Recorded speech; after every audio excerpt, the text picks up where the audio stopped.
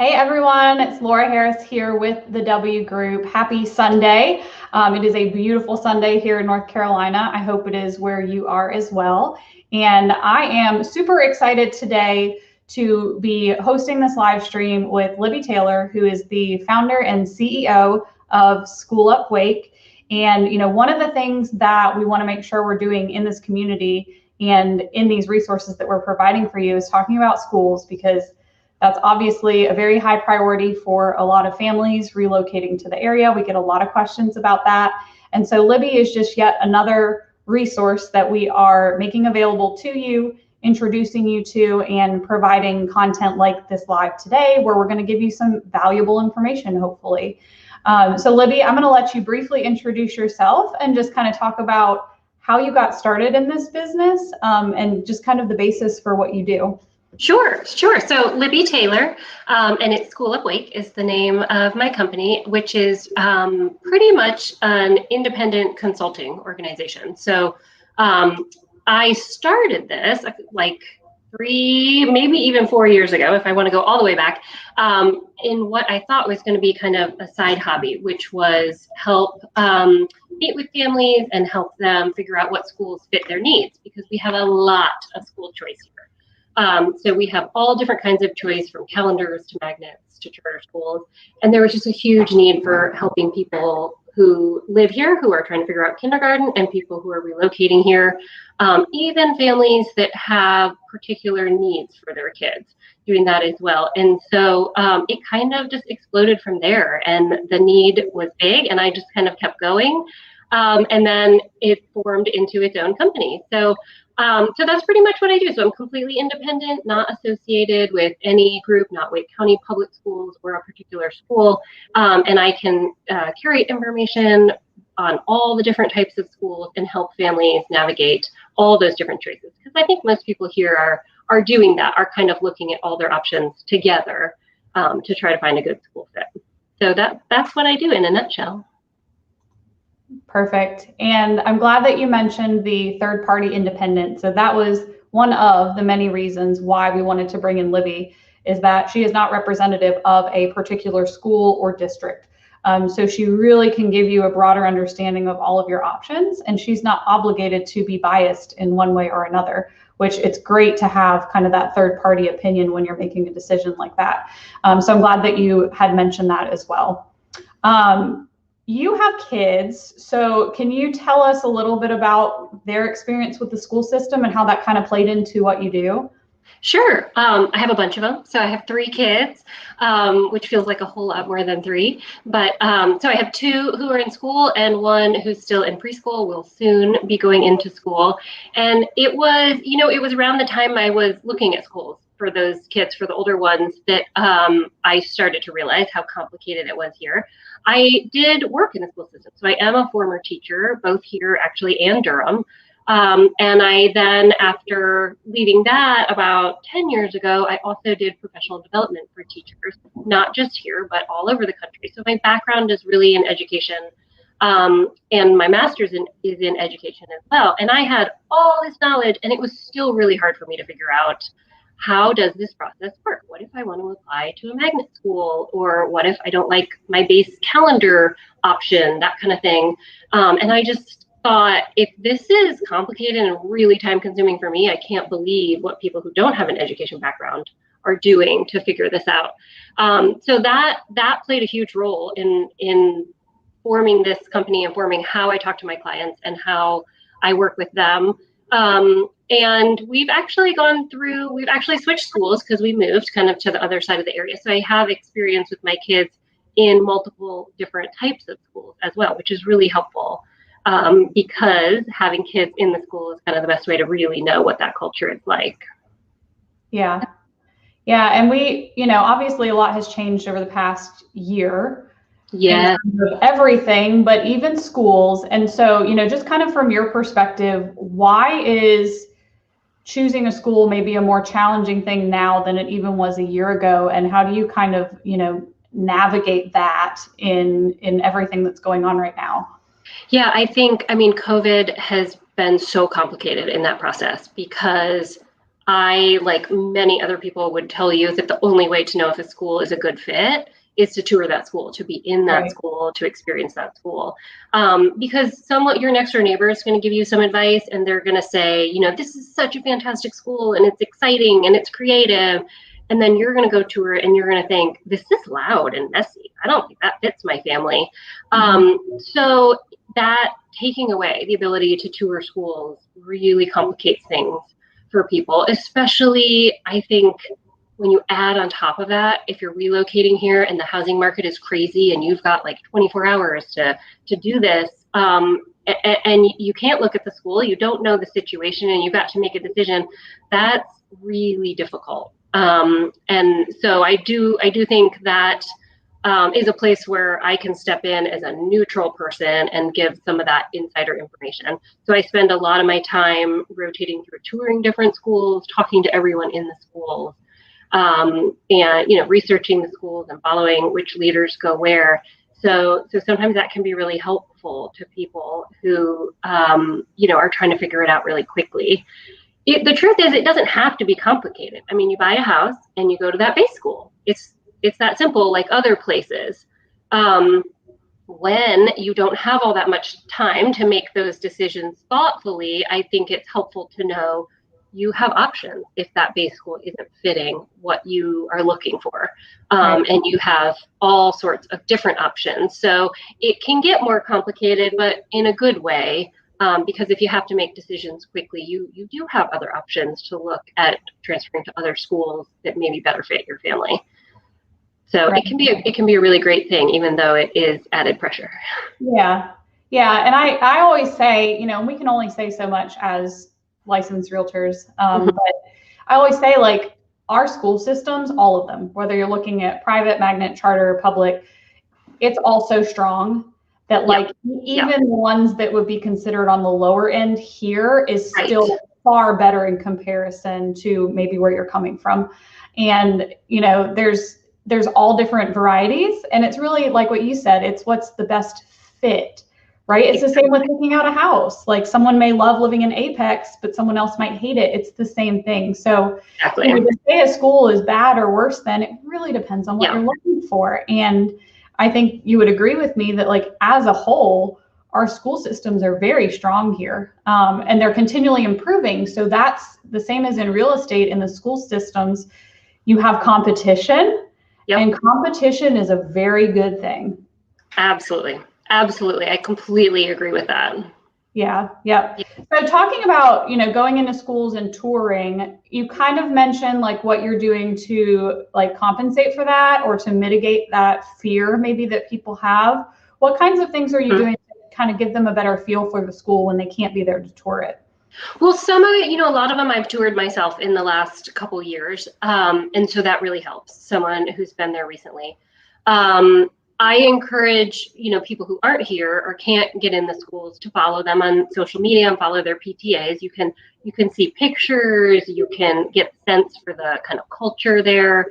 And then I do sometimes help connect people with others who are at the school. So parents who are at that school who can give them that firsthand experience if they can't be in there.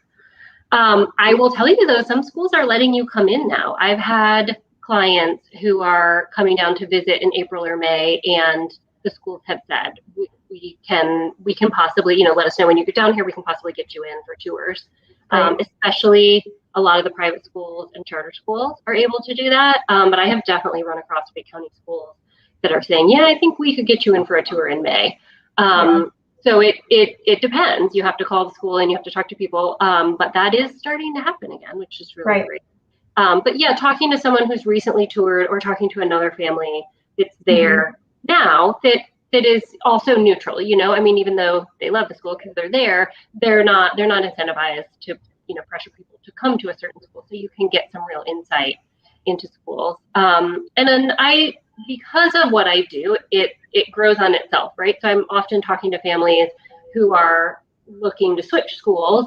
And so I get some really good feedback on what's going on in those schools. So I can also share with people when I have concerns, like particular school maybe does not have a very strong PTA and the parents looking at that school were really disappointed with that. I can share that kind of insider information with people because I'm talking to people all day long about schools and evaluating schools. And I've been in a lot of them. Yeah. So if someone was looking to connect with a parent that, has kids in the school or have been brought through the school, you would be the right person to make that connection so that they could, hear that type of testimony. Yeah, I do that often. I don't always have connections in the certain schools because we have so many of them here. But a lot of them I do. Yeah, and I kind of track that down. And I'll say often I have a lot of connections on particular teachers in schools as well. I have people who move here who say, I'm really looking for a strong music program. We're involved in the orchestra here, and we're doing these other things. And so I might say like, oh, I've, talked to the music teacher at this particular school lots, and she's very helpful. And so I can make those connections as well. The teachers, we have fantastic teachers here, and they're often really happy to talk to people and brag about their great program. Yeah. So that's really nice as well. Yeah. So you can be that connector piece, which is very, very valuable. Because like you said, it's different to talk to someone who's been through it than to talk to somebody that works there or is the principal or looking at a social media account. It's coming from a totally different perspective. And I think there's a lot of value there. So what would you say are the top challenges that you see people facing? Let's speak specifically about people moving from out of state. Sure. What would you say are the top challenges you see, and how do you kind of address those? Yeah, so I think there are two right now that I see people being concerned about the most. One is capped schools. Yep.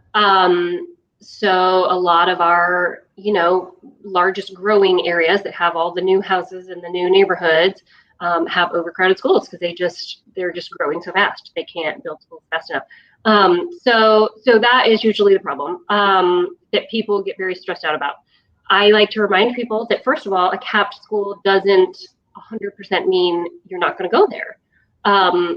The schools are where you want to ask that question. So you can call the school and ask them about particular grade levels.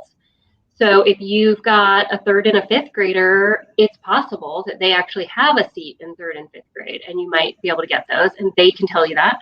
The other thing I remind people is that an overflow school, it should not be a scary thing.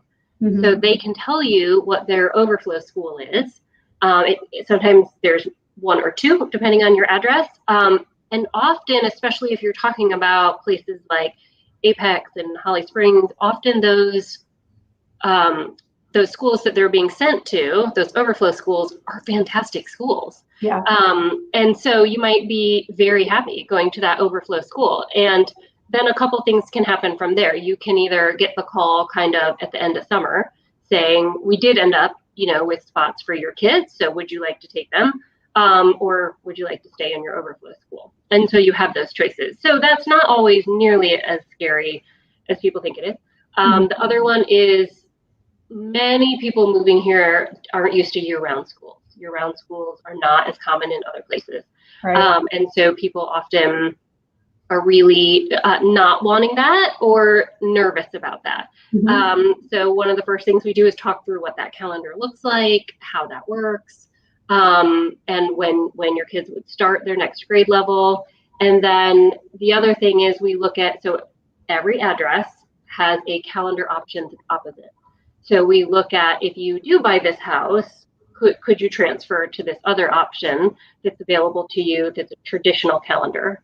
And then the last thing I do, which I do often, is pull for people if they have an area they want. I pull all my favorite schools in that area that are on a traditional calendar, and we look at what those popular traditional calendar schools are. And then they can target those. You can pull the maps, and their realtors can target those specific areas so that they know their base school is a strong school and a traditional calendar, if that's what they're looking for. Yeah. Yeah. The big ones. Right. And I found that we get a lot of questions about traditional versus year-round. Just because it is. I mean, I came from Pennsylvania, and I've been here a while, but I don't have kids in the school system. But like growing up in Pennsylvania, year-round school was not even a term. Like that's not a thing. So it's a very foreign concept depending on where you're coming from. And I think initially a lot of people are like, oh, I don't want that. But then like the more you learn about it and the more you do it, the feedback I get is like, now that I've done it, I love it. Like, yeah, a lot of people love it. A lot of people love it. It totally depends, I think, on job schedules, on what you grew up with, all of that. Sometimes your middle school as well, because if you've got a traditional middle school and a year-round elementary, that throws people if you're going to have kids in multiple schools on different calendars. But if you've got younger ones, I mean, people love it or hate it. I will say, people love it or hate it. Yeah, go in one way or the other. sure. And I'm glad that you mentioned that about overflow schools. So I think that the general misconception maybe moving in is that if a school is capped, that's because it was really popular and all the spots filled up, and then we get shipped off to a lesser than or second best because it's full, and that's just not really how it works at all. No. You can just back me up on that, but I think that in people's mind is what they envision, and that's not really that's not really what's happening with that type of situation. That's right. I think that makes people feel like, oh, I'm going to a lesser school.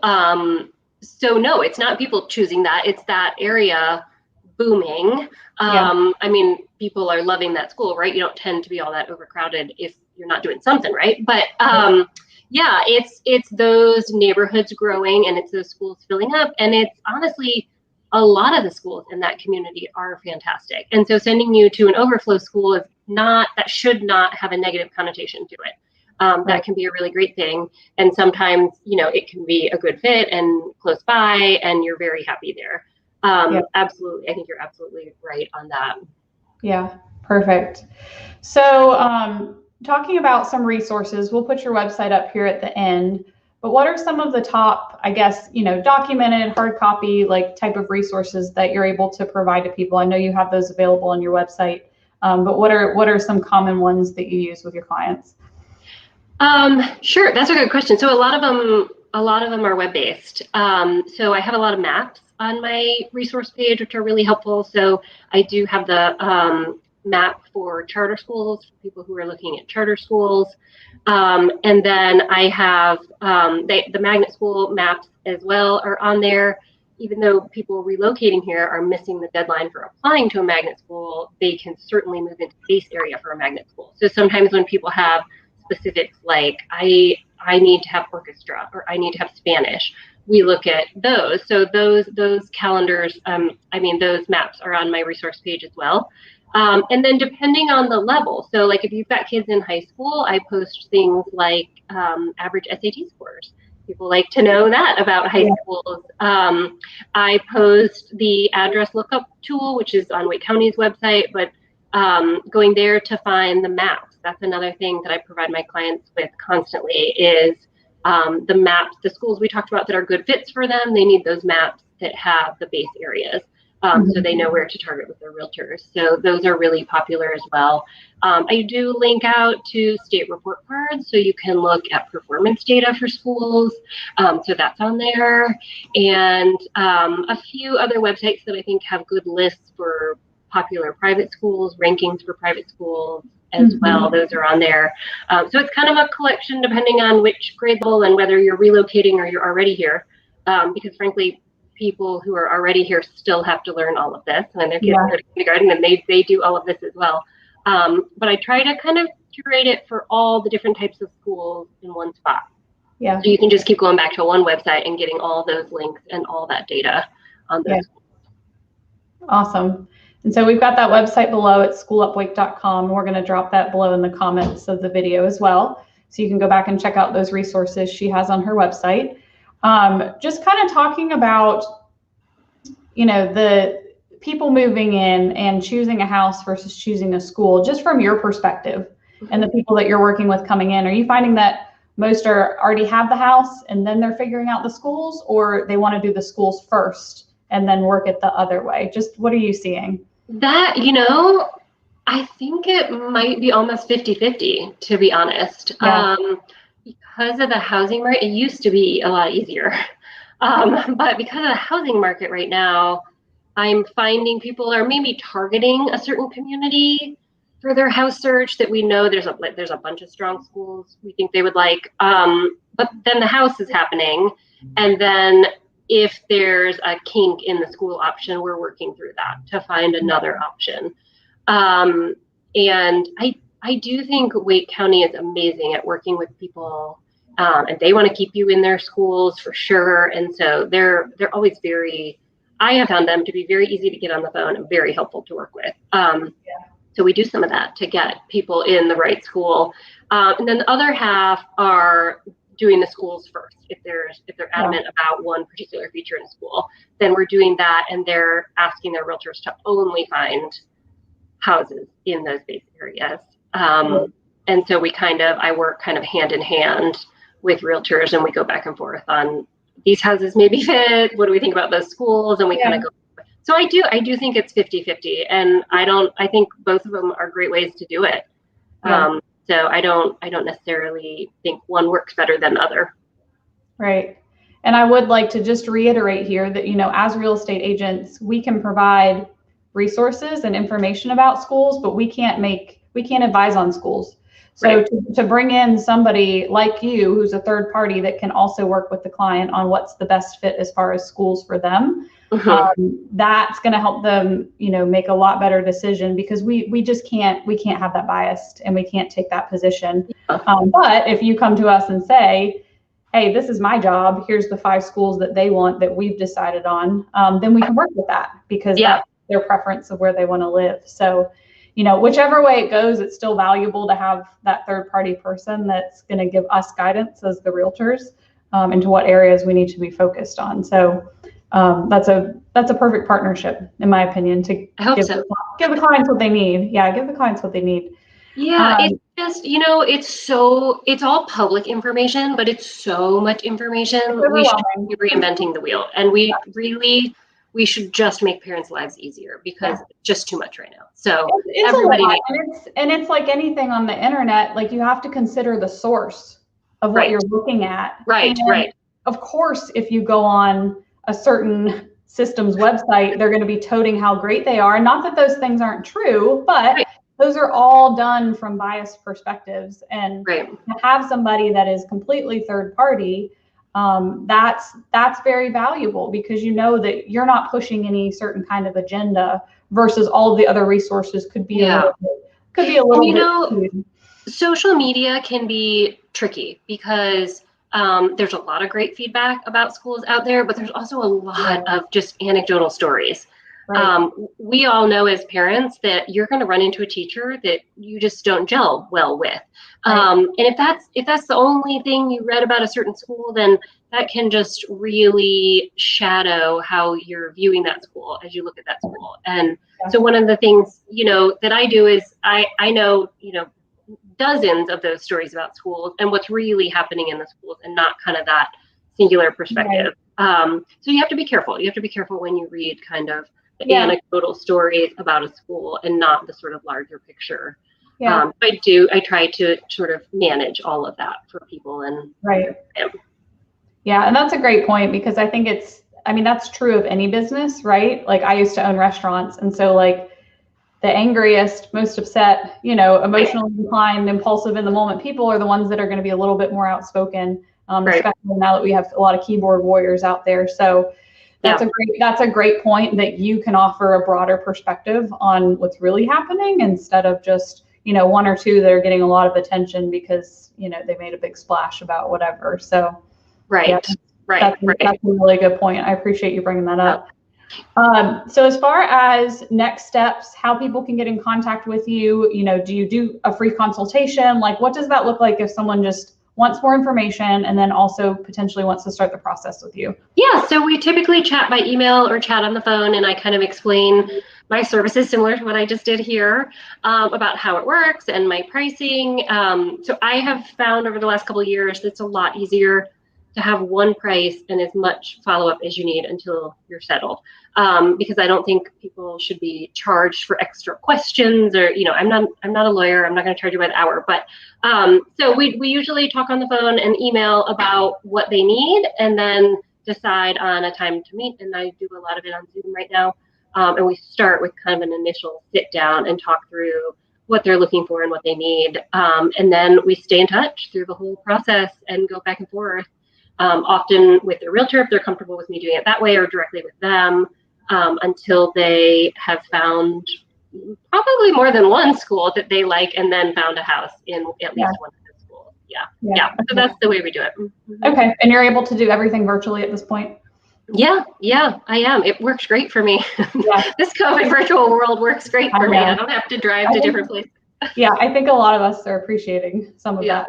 I am happy. I will say I am happy. I am fully vaccinated and happy to meet people for coffee when they are visiting as well. Yeah. Okay, so you're flexible, so that's good. Yeah. Awesome. So we've got her website going across the bottom in the ticker. We're going to put that in the comments as well with her email and how to get in touch with her. Libby, was there anything that you wanted to touch on today that we have not already? I don't think so. Okay. That was a lot of information. I'm happy to have this and to talk to people. I mean, the whole point of my business is to help people. So the more the better. Yeah. Well, we thank you for what you do. We're glad that you are doing this. I think it's very, kind of innovative and outside the box, and there's a lot of value into what you do. So we're glad to have you, glad to be partnered with you. And we plan to have you on again. This was just kind of your introduction stream, but we plan to have you on again and, address maybe specific topics, or as things evolve, as they always do, other concerns and issues that people are having, you can help us support in that way. So we appreciate your time today. And thanks for jumping on. Everybody watching, thank you for jumping on a Sunday, or if you're watching after the fact. But we hope that you got a lot of value out of this. Feel free to post questions below, even after the fact. We can see those and get back to you. If there's anything real estate wise, just reach out to us here at the W Group as well, and we can get you on the right path. So thank you all. Have a good day. Bye.